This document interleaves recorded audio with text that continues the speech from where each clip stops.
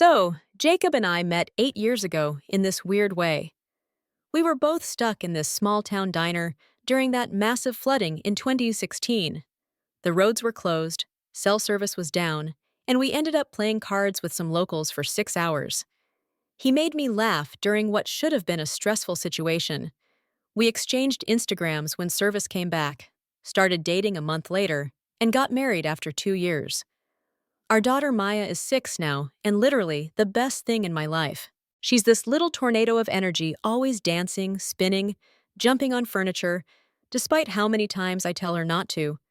A few months ago, she came home from school talking nonstop about how her friend Anne was taking dance classes and how the teacher lets them wear real ballet shoes. And could she please take classes too? I thought it was a great idea. Maya has so much energy, and I figured dance would be perfect for her. When I brought it up to Jacob that night, his reaction was weird. He looked up from his phone and laughed. Not a nice laugh, this dismissive snort that made me instantly defensive. He said we couldn't afford luxuries like dance classes on his salary alone, and that if I wanted Maya to do expensive activities, maybe I should contribute more financially. This caught me completely off guard. I'd cut back to part-time after Maya was born, which was something we both agreed on. And we weren't struggling financially, as far as I knew. We have a modest house, 2 older cars that are paid off, and while we're not taking lavish vacations, I didn't think we were in such dire straits that $60 a month for dance was out of reach. When I said as much, Jacob pulled up our bank app and showed me how little was left after bills each month. The numbers seemed off somehow, but I couldn't articulate why. He's always managed our finances because he has a head for numbers. So, I agreed to pick up a second job, found an evening shift position at this diner near our house. The schedule was brutal. My regular job during the day, then waiting tables 4 nights a week. I'd come home exhausted, feet aching, smelling like fryer oil. Jacob said I was being dramatic when I mentioned how tired I was. He actually said, and I will never forget this, that I didn't deserve to be tired if I barely contributed financially. I swallowed my pride, because hey, this was for Maya's dance classes.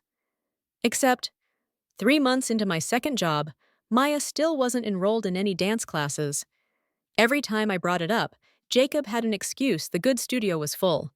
We should wait until the next session. We needed to save a bit more first.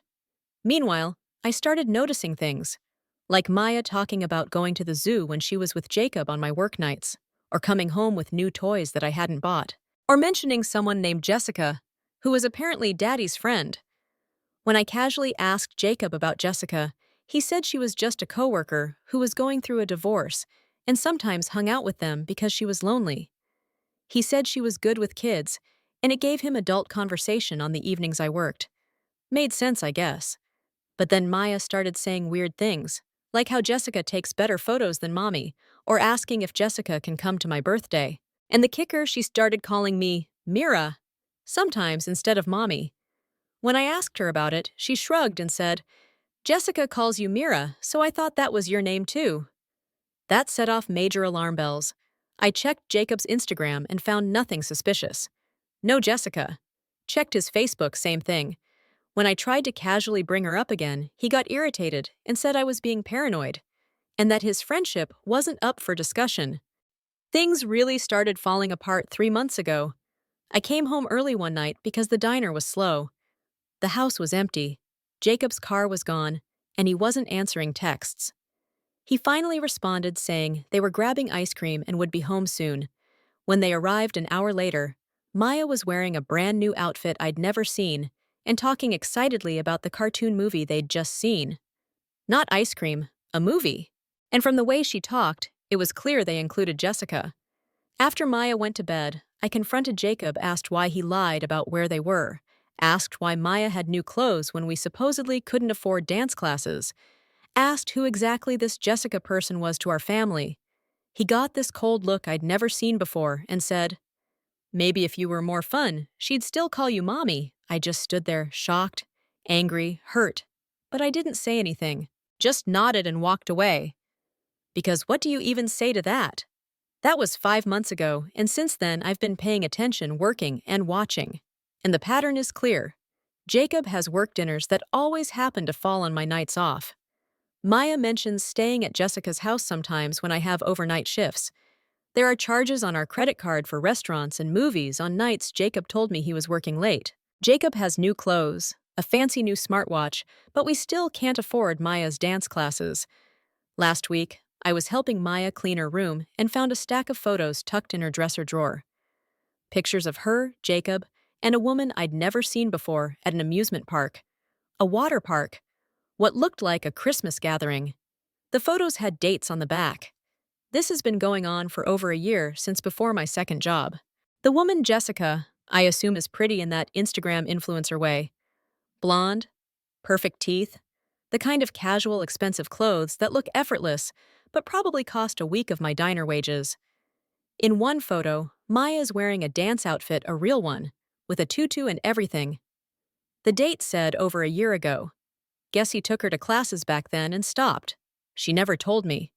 And I never knew until Anne brought it up again. So he told me we couldn't afford dance classes, made me get a second job, all while he was taking our daughter to dance classes with another woman and spending plenty of money doing it. Yesterday, Maya asked me if Jessica was going to be her new mommy someday. Just like that over breakfast, between bites of cereal. I nearly dropped my coffee mug. I asked her what made her think that. She shrugged and said, "Because Daddy and Jessica are special friends, and she sleeps in Daddy's room when I stay at her house." I don't even know what to do with that information. I haven't confronted Jacob yet because I need to be smart about this.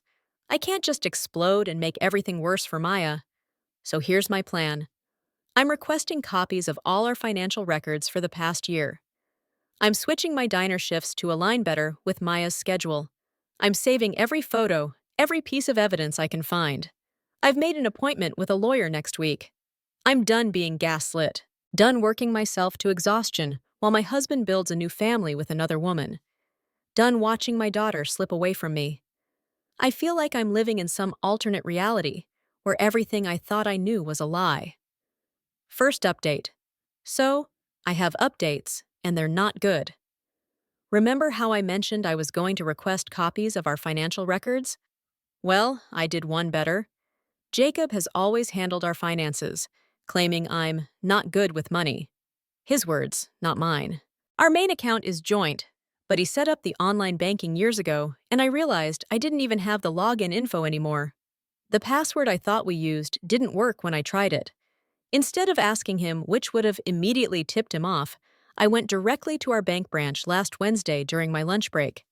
The teller initially gave me that skeptical look when I explained I needed statements but didn't have online access to my own account. But when I showed my ID and explained I was a joint account holder who simply needed access to our family finances, she was super helpful. What I found made me want to throw up right there in the bank lobby. For the past 18 months, Jacob has been transferring money regular amounts, usually between $300 and $500, to a separate account I knew nothing about. Like clockwork on the first of every month, plus random additional transfers scattered throughout sometimes small amounts, sometimes larger ones, coinciding with what I now realize were those work trips he'd take. The amounts added up to over $20,000 in just the past year alone. $20,000. And here I am, working double shifts at a diner for months, because we supposedly couldn't afford $60 a month for dance classes.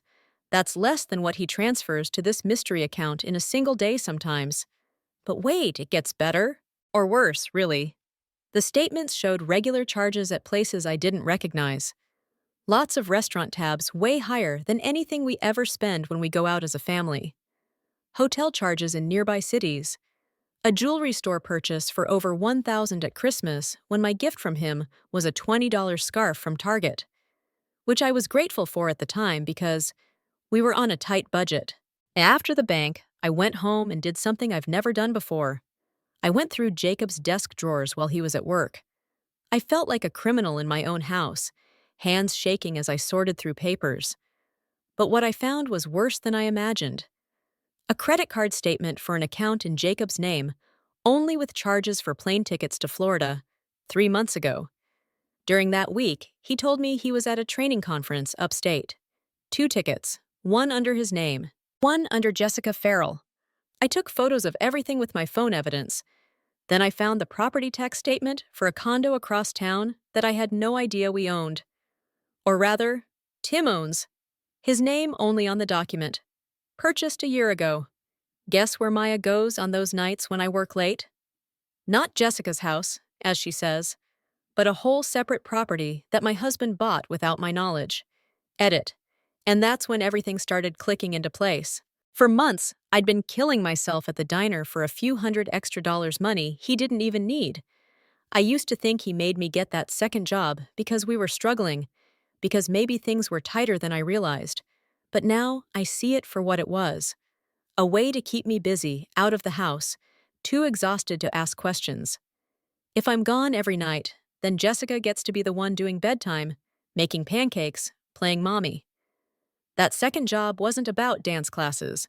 It was about getting me out of the way. I spent the rest of the afternoon in a weird, calm state of shock, just methodically taking photos of everything I found, putting it all back exactly where it was, and then sitting on our back porch, staring at nothing until it was time to pick up Maya from school. When she came running out of the building, face lighting up when she saw me instead of Jacob. He usually does pick up on Wednesdays. I made a decision. No more diner shifts during her waking hours. No more missing bedtimes and school events. No more letting this other woman take my place. That night, I called the diner and rearranged my schedule: early morning shifts before Maya wakes up, and just 2 evening shifts on weekends when she has activities with friends. Less money, but I'd rather eat ramen for dinner than miss another moment of my daughter's childhood. Jacob was surprised when I told him about the schedule change, asked if this meant I was quitting the second job entirely. I just smiled and said I wanted more time with Maya. He looked uncomfortable, said something about how we still needed the extra income. I just shrugged and said, "I'll make it work." The next day, I took Maya out for ice cream after school, just the two of us. She seemed almost shy around me at first, which broke my heart. When had my own daughter become a stranger? But by the time we finished our Sundays, she was chattering away about her friends in school.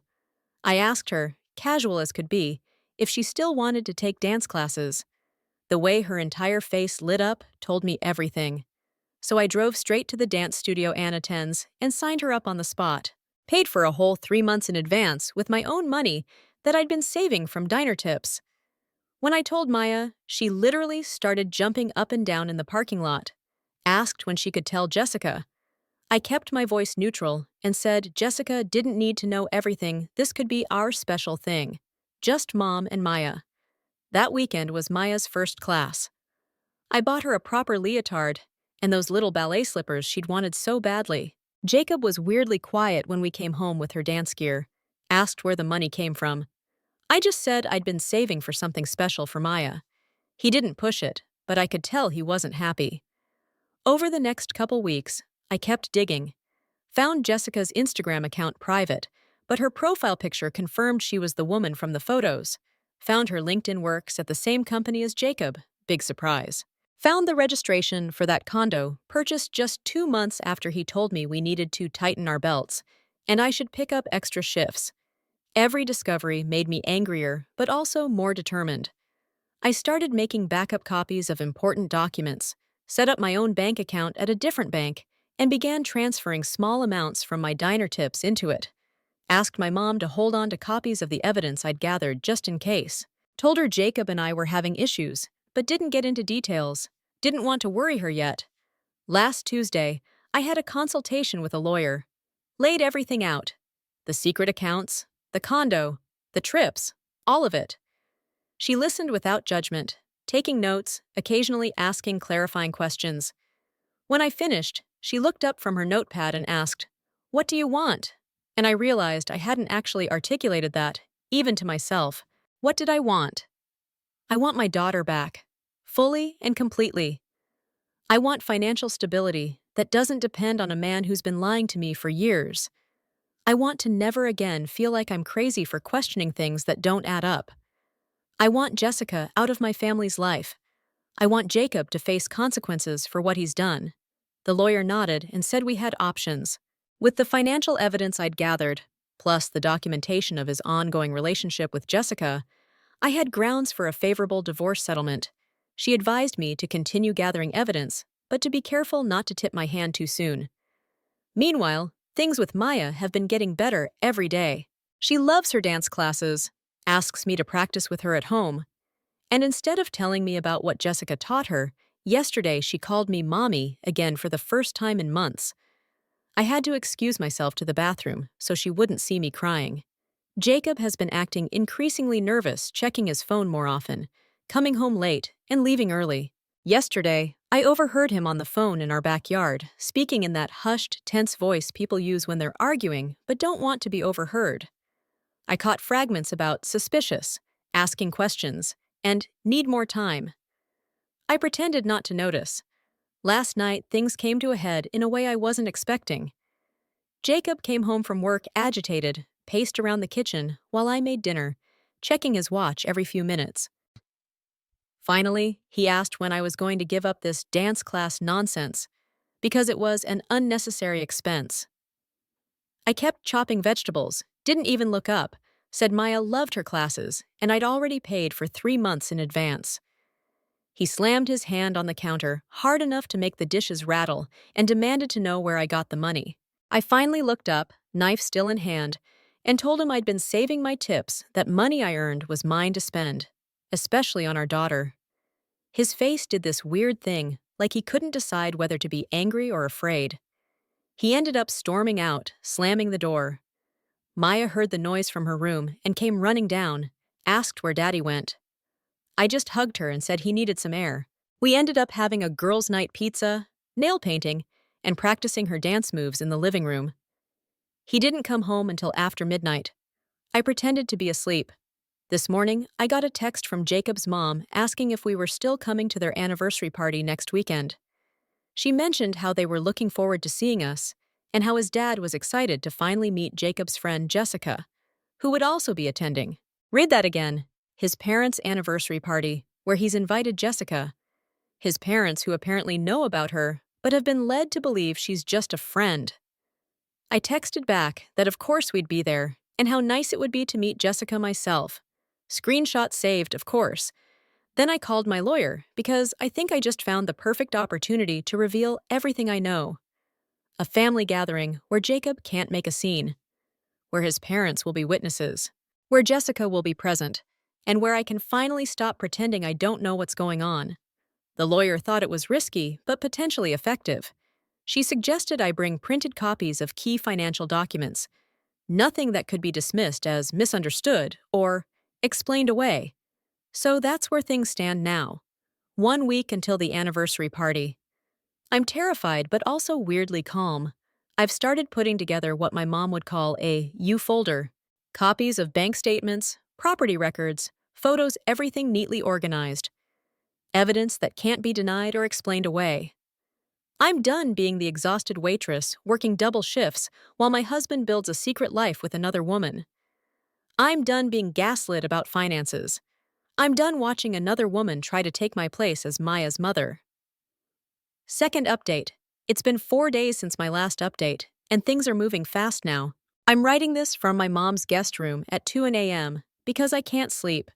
This week has been a roller coaster. So, the anniversary party is tomorrow, and I've been preparing on multiple fronts. But something happened yesterday that I didn't expect, and it's thrown me a bit off balance. Let me back up and fill you in on everything since my last post. I decided to take a calculated risk. I called his mom directly, something I rarely do, since Jacob usually handles family communications. I casually mentioned I was looking forward to finally meeting Jessica at the party and asked what she knew about her. There was this weird pause on the phone. Then his mom said something that confirmed everything. She told me how Jacob had explained that Jessica was helping with Maya while I was focused on building my career with my second job, that I was struggling to balance motherhood and work, and Jessica was just stepping in as a friend. His mom actually sounded sympathetic toward Jessica, this woman who's been sleeping with my husband and playing mommy to my daughter. She mentioned how Jacob brought Jessica to their house for dinner last month when I was working late. I was working late at the diner to supposedly help our family finances. I made some vague, agreeable noises and ended the call before I could say something I'd regret. Then I sat in my car in the Target parking lot, and screamed into my jacket for about 5 minutes. After that call, I reached out to my own mom for help. I'd been keeping her somewhat in the dark about how bad things really are because she lives 3 hours away, and I didn't want her to worry. But I needed backup, so I finally told her everything. Mom was furious not just at Jacob, but at me for not telling her sooner. We had this intense conversation where she kept saying she'd drive up immediately, and I kept insisting I needed to handle this myself. We compromised. She'd come up the day after the anniversary party to help with Maya while I sorted through the aftermath. With that backup secure, I turned my focus to 3 priorities. 1. Strengthening my relationship with Maya. 2. Finalizing my evidence collection. 3. Preparing myself mentally for what was coming. For Maya, I've been fully committed to dance class time. I joined that parent class I mentioned, and while I'm honestly terrible at it seriously, I have the coordination of a newborn giraffe. Maya thinks it's hilarious in the best way.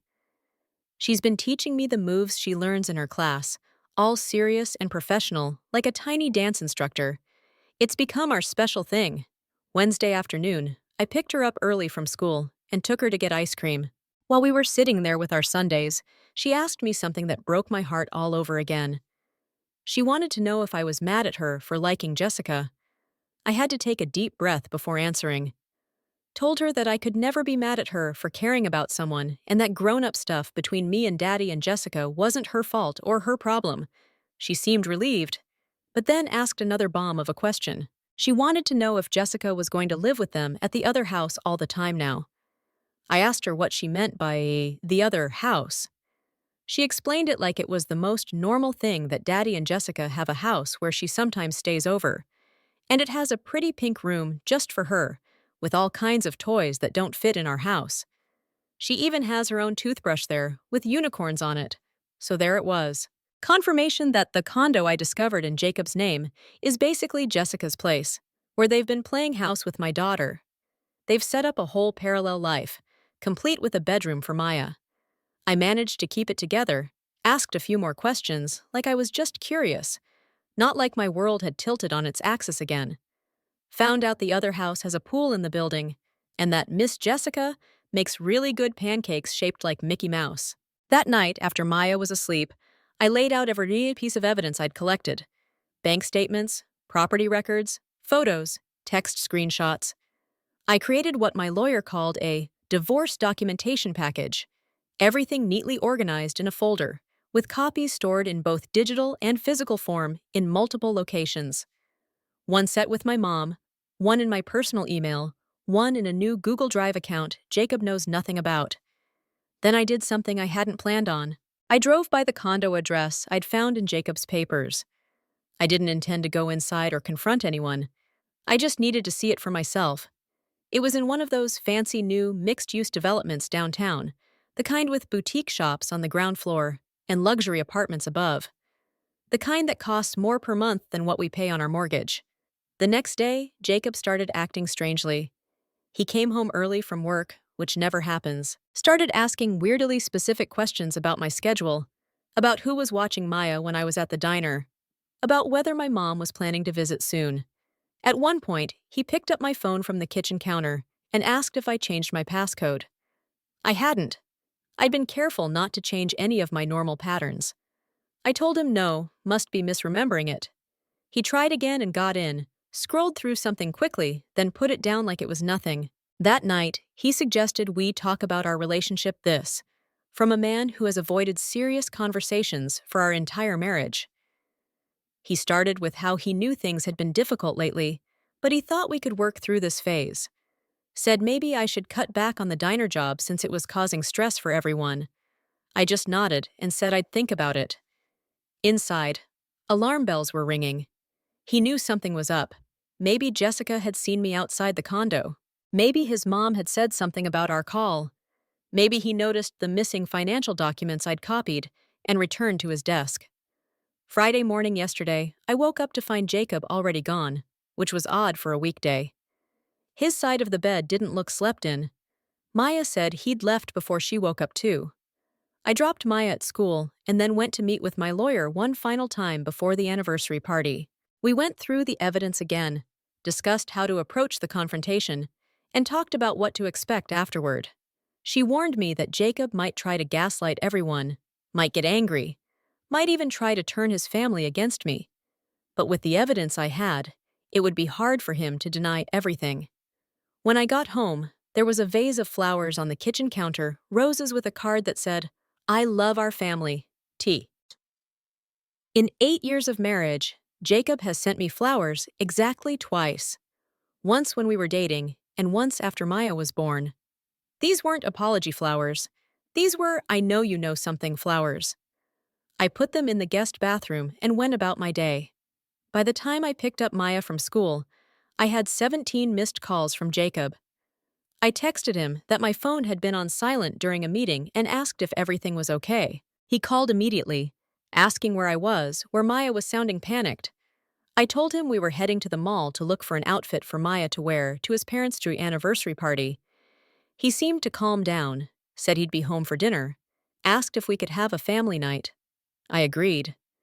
He showed up with pizza and ice cream, Maya's favorites, spent the whole evening being super dad, playing games, helping with homework, offering to do bath time. It was like watching an actor audition for the role of Father of the Year. After Maya went to bed, he sat down next to me on the couch, closer than he's voluntarily been in months. Started talking about how maybe we should take a family vacation soon, just the three of us, how he's been thinking about our future, how much Maya needs both her parents. I just sat there, watching him perform this role of devoted husband, wondering if he actually believed I was buying it. At one point, he reached for my hand, and I let him take it because it seemed easier than pulling away. His palm was sweaty. He asked if I was still planning to go to his parents' anniversary party tomorrow. I said, "Of course. Why wouldn't I be?" The look of relief on his face was almost comical. Then he casually mentioned that his friend Jessica probably wouldn't make it after all, something about a family emergency. I just nodded and said, "That's too bad. I'd been looking forward to meeting her." This morning, I woke up to Jacob watching me sleep. Not in a romantic way, in a nervous, monitoring way. When I opened my eyes, he quickly pretended he was just getting up. Asked if I wanted breakfast, if we should take Maya to the park before heading to his parents' house later. I smiled and said sure. That sounded nice. Then I went to take a shower, and when I came out, I caught him scrolling through my phone again. He didn't see me watching from the hallway. I cleared my throat, and he jumped like I'd shocked him, dropping my phone on the couch. That's when I decided I needed a backup plan. After breakfast, I told Jacob I needed to run a quick errand to pick up a gift for his parents. Instead, I drove straight to my mom's house, told her everything that had happened in the last few days, and asked if she could come back with me now instead of waiting until tomorrow.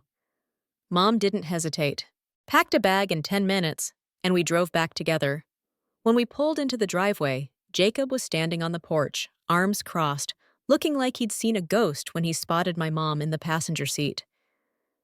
The next few hours were this weird dance of Jacob trying to be charming to my mom, while shooting me confused, pained, panicked looks when she wasn't watching. Mom being polite but cold. Me pretending everything was normal while finalizing my mental preparation for tomorrow. I told Jacob I was staying at Mom's tonight because she wanted help setting up for a brunch she's hosting next week.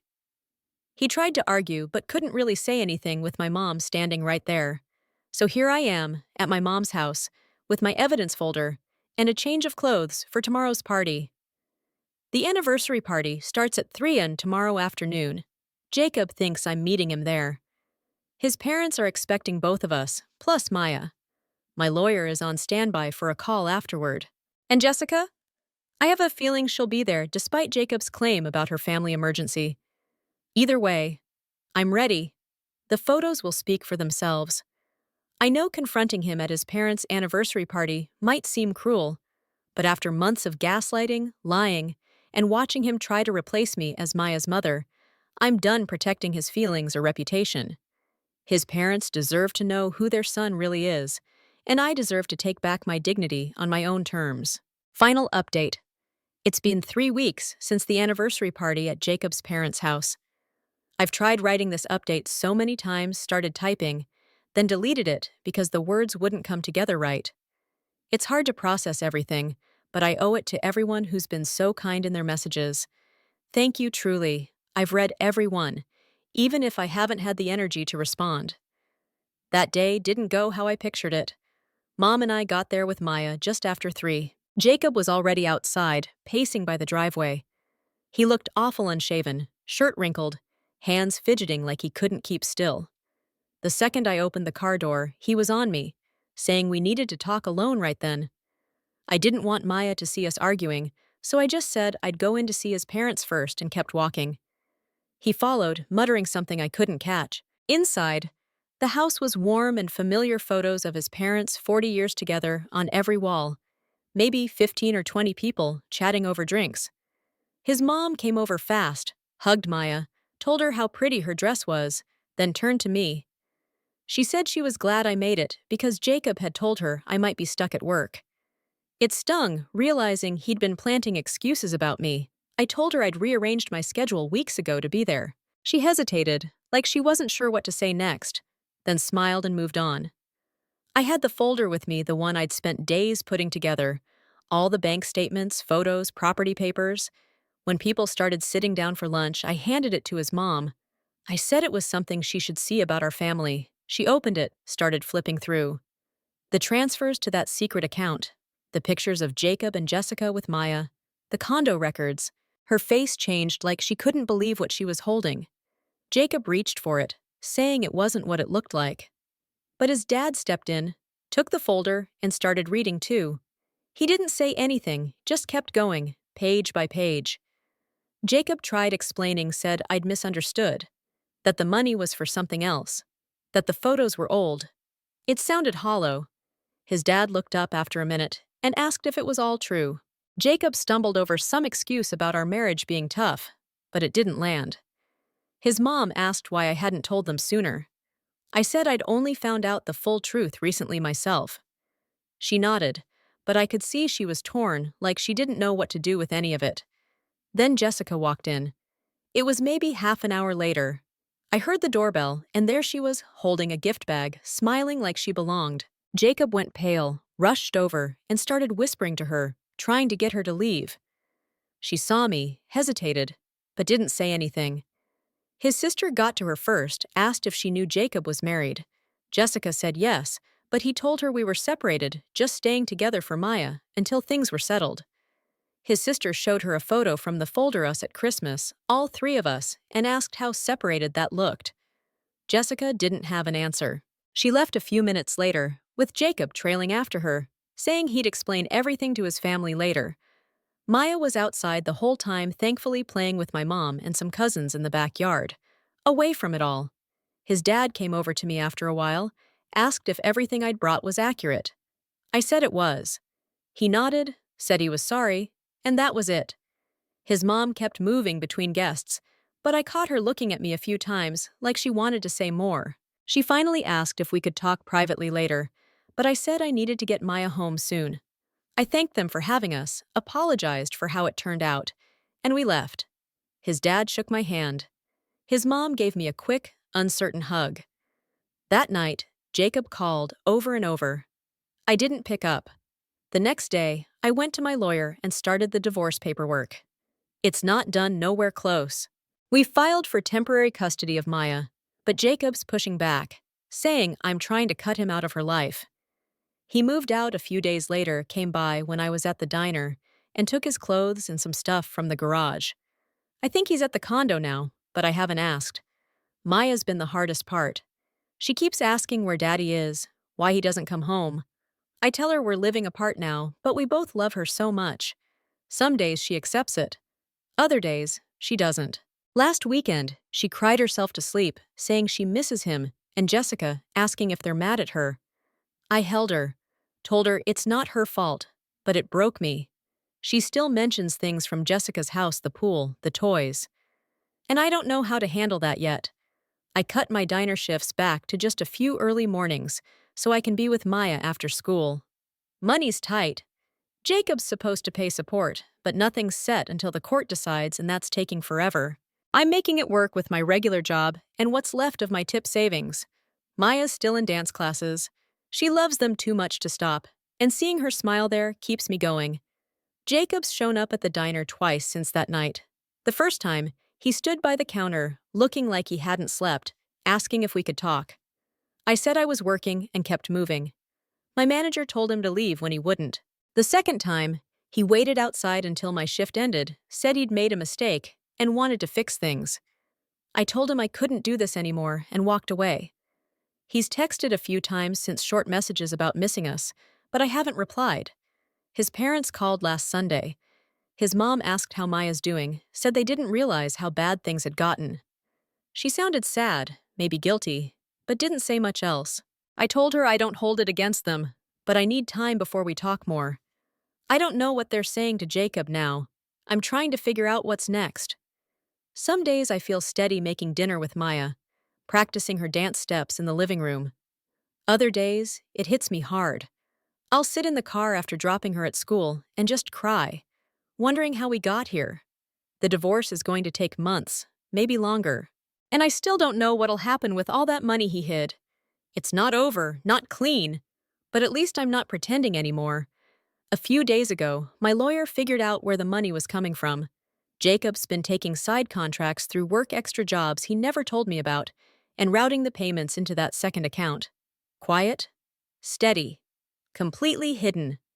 That's how he paid for the condo, the trips, all of it. While I was counting diner tips to buy ballet shoes, he was building a whole second life with money I didn't even know existed.